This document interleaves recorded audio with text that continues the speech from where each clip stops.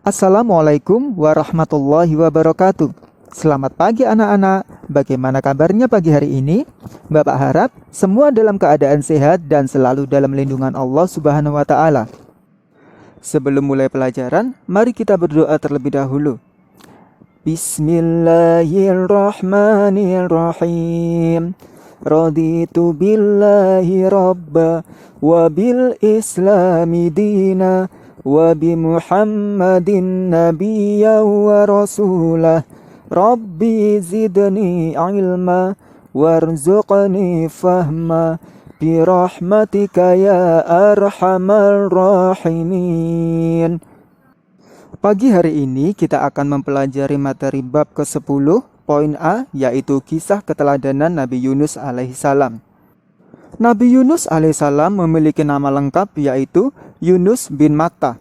Nabi Yunus alaihissalam merupakan salah satu keturunan Bani Israel melalui nasab Bunyamin, anak Nabi Yakub alaihissalam. Nabi Yunus alaihissalam tinggal di daerah Ninawa. Nama daerah tersebut kemudian digunakan untuk menyebut nama kaumnya, yaitu Ninawa. Allah Subhanahu wa taala mengutus Nabi Yunus alaihissalam berdakwah kepada kaum Ninawa agar beriman kepada Allah Subhanahu wa taala. Akan tetapi, mereka menolak dakwah tersebut. Mereka tetap menyembah berhala dan tidak menghiraukan dakwah Nabi Yunus alaihissalam. Meskipun demikian, Nabi Yunus alaihissalam tidak menyerah. Setelah Nabi Yunus alaihissalam berdakwah selama 3 tahun, hanya ada 2 orang yang mau beriman kepada Allah Subhanahu wa taala, yaitu Rubil dan Takhnukh. Namun demikian, Nabi Yunus alaihissalam tidak menyerah. Nabi Yunus alaihissalam terus berdakwah dan berdoa agar kaum Ninawa mau beriman kepada Allah Subhanahu wa taala. Kemudian Allah Subhanahu wa taala menurunkan wahyu kepada Nabi Yunus alaihissalam. Wahyu tersebut berisi perintah meneruskan dakwahnya selama 40 hari. Jika dalam 40 hari kaum Ninawa tidak mau beriman, Allah Subhanahu wa taala akan menurunkan azab kepada mereka. Tepat pada malam ke-40, Allah Subhanahu wa taala menurunkan azab kepada penduduk Ninawa. Azab tersebut berupa awan hitam bergumpal-gumpal di langit. Melihat kejadian tersebut, penduduk Ninawa merasa takut dan mencari Nabi Yunus alaihissalam. Akan tetapi mereka tidak menemukannya. Akhirnya mereka segera bertobat dan memohon ampun kepada Allah Subhanahu wa taala. Setelah Nabi Yunus alaihissalam meninggalkan penduduk Ninawa, Nabi Yunus alaihissalam meneruskan perjalanan. Ia menumpang pada sebuah kapal. Di tengah perjalanan, tiba-tiba datang angin topan dan ombak yang menghantam kapal tersebut. Nahkoda menyuruh awak kapal mengurangi muatan kapal. Atas kehendak Allah Subhanahu wa taala, pengundian yang dilakukan 3 kali selalu muncul nama Nabi Yunus alaihissalam. Sang nahkoda pun segera meminta Nabi Yunus alaihissalam turun dari kapal.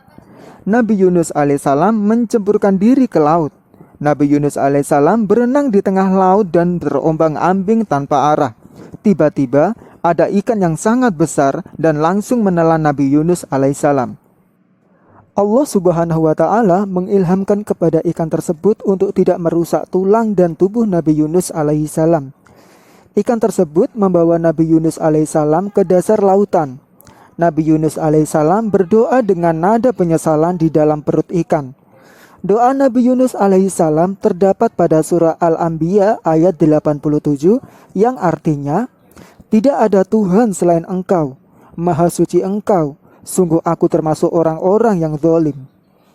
Saat di dalam perut ikan, Nabi Yunus alaihissalam menyadari kesalahannya karena telah meninggalkan kaumnya tanpa menunggu perintah dari Allah Subhanahu wa taala.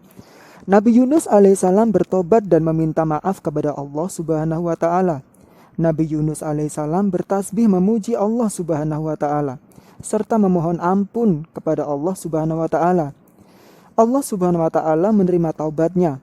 Allah Subhanahu wa taala memerintahkan ikan tersebut membawa Nabi Yunus alaihissalam ke tepian. Ikan tersebut kemudian mengeluarkan Nabi Yunus alaihissalam di daerah tandus. Nabi Yunus alaihissalam keluar dari perut ikan dalam keadaan sakit. Kemudian Allah Subhanahu wa taala menumbuhkan sejenis pohon labu untuk menyembuhkan Nabi Yunus alaihissalam.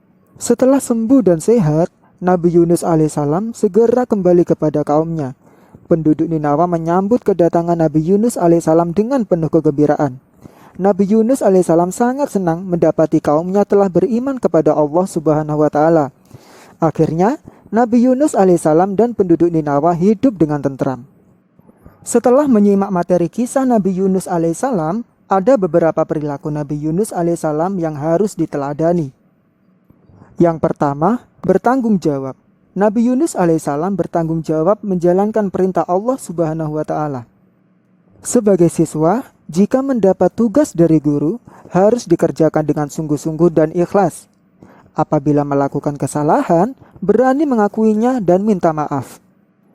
Yang kedua, bertobat kepada Allah Subhanahu wa Ta'ala. Ketika Nabi Yunus alaihissalam melakukan kesalahan, Nabi Yunus alaihissalam segera bertobat kepada Allah Subhanahu wa Ta'ala dan tidak menundanya.